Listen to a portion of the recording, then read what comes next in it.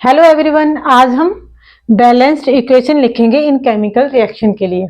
तो first one है hydrogen plus chlorine और प्रोडक्ट में है आपका हाइड्रोजन एंड क्लोराइड। और हाइड्रोजन का सिंबल होता है H2, क्लोरीन का होता है Cl2। तो यहाँ पे लिख लेंगे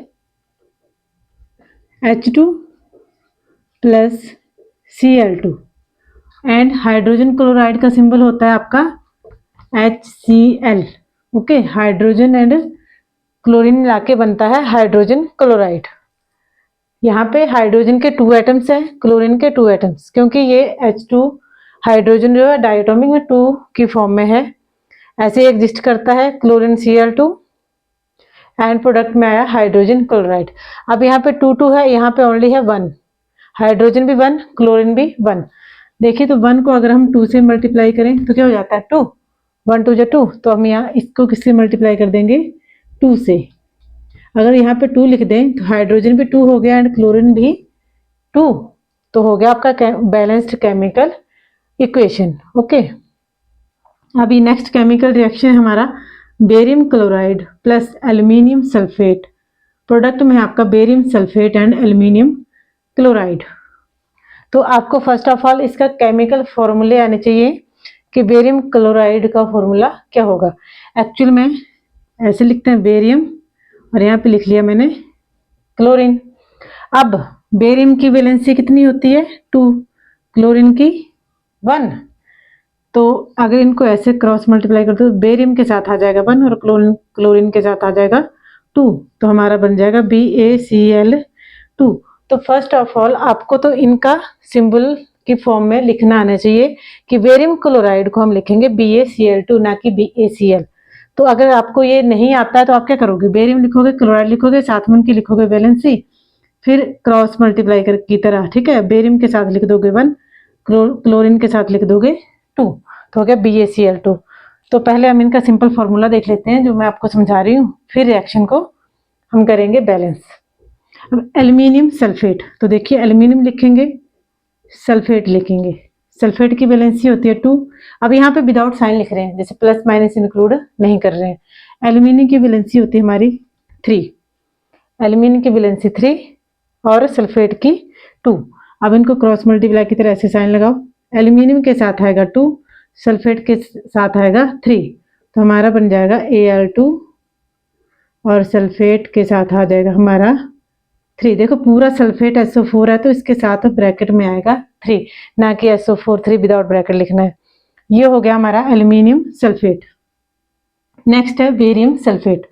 तो बेरियम सल्फेट लिखने के लिए देखो बेरियम लिखा और सल्फेट लिखा। अभी ऑलरेडी क्या है बैलेंस दिए, क्योंकि इसकी वैलेंसी भी 2 होती है, इसकी भी 2, तो ऐसे लिखोगे तो आ जाएगा Ba2SO4 2। तो सिंपल उसको हम लिख सकते हैं ऐसे BaSO4, क्योंकि दोनों की सेम है तो यहाँ 2 नहीं लगाना है, ठीक है। नीचे ऐसे नहीं लिखना है जैसे Ba2SO4 2, इस फॉर्म में नहीं लिखना है, ठीक है। अब नेक्स्ट है हमारा एल्यूमिनियम क्लोराइड। एल्यूमिनियम क्लोराइड, तो एल्यूमिनियम लिखोगे, क्लोरीन लिखोगे। एल्यूमिनियम की वैलेंसी होती है 3, क्लोरीन की होती है 1, ऐसे लगा लो क्रॉस। तो एल्यूमिनियम के साथ आएगा 1, क्लोरीन के साथ आएगा 3, तो बन जाएगा एल्यूमिनियम 1, तो 1 तो लिखना नहीं है, तो क्लोरीन हो जाएगा 3। तो फर्स्ट ऑफ ऑल आपको ये सिंबल लिखने आने चाहिए, जो केमिकल फॉर्मूले हैं वो लिखने आने चाहिए, उसके बाद ही आप बैलेंस कर पाओगे। अगर आपको ये लिखने नहीं आएगा तो बैलेंस करना क्या हो जाएगा थोड़ा डिफिकल्ट, ठीक है। अब हम इसको सिंपल फॉर्म में लिखते हैं पहले, फिर बैलेंस करते हैं।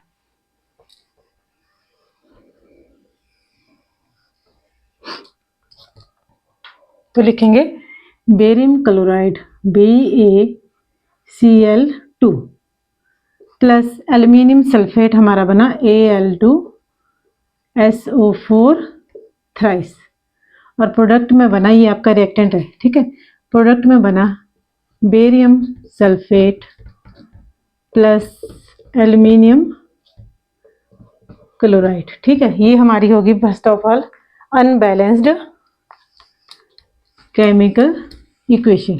ओके, अनबैलेंस्ड को हम बोलते हैं साथ में skeletal chemical equation. Skeletal and unbalanced दोनों क्या है same, unbalanced and skeletal equation दोनों मीन्स सेम होता है, ठीक है। कि दोनों ही क्या है, अनबैलेंस्ड है। अब इसको हमें करना है बैलेंस। तो देखिए आपकी चॉइस है, आप इसको डायरेक्ट भी कर सकते हो या बॉक्स बना के भी कर सकते हो। मैं यहाँ पे आपको डायरेक्ट ही समझा देती हूँ, ठीक है। अब देखिए यहाँ पे बेरियम 1 है, बेरियम क्या है यहाँ पे 1, सल्फेट 3, सल्फेट का कितने हैं यहाँ पे ओनली 1 ही है ना, सल्फेट की ओनली 1। एल्यूमिनियम 2 है, यहाँ पे एल्यूमिनियम कितने हैं ओनली 1। तो आपकी चॉइस है, सल्फेट को बैलेंस करो, एल्यूमिनियम को बैलेंस करो, किसी चीज़ कहीं से भी स्टार्ट कर सकते हो। मैं एल्यूमिनियम से स्टार्ट कर रही हूँ, ठीक है। अगर यहाँ पे एल्यूमिनियम 2 है, यहाँ पे ओनली है 1, तो मैं यहाँ किससे मल्टीप्लाई कर दूंगी 2 से। तो मैं यहाँ पे 2 से मल्टीप्लाई कर रही हूँ, ठीक है। अगर मैंने यहाँ पे 2 से मल्टीप्लाई कर दिया, क्यों करा, क्योंकि यहाँ पे एल्यूमिनियम ओनली 1 है, यहाँ पे क्या है 2 एटम है, यहाँ पे 1 एटम है। 2 से मल्टीप्लाई कर दिया, एल्यूमिनियम तो हो गया बैलेंस। बट जब यहाँ 2 से मल्टीप्लाई करा तो क्लोरीन कितना हो गया, देखो क्लोरीन पहले से 3 है, साथ में 2 आ गया, तो 2 3 जा कितना हो गया 6। तो यहाँ पे 2 3 जा 6, क्लोरीन के कितने एटम आ गए 6। बट ये रिएक्टेंट में आपके क्लोरीन कितने हैं ओनली 2, क्लोरीन कितने यहाँ पे 2। तो 2 को अगर हम 3 से मल्टीप्लाई कर दें तो हो जाएगा 6।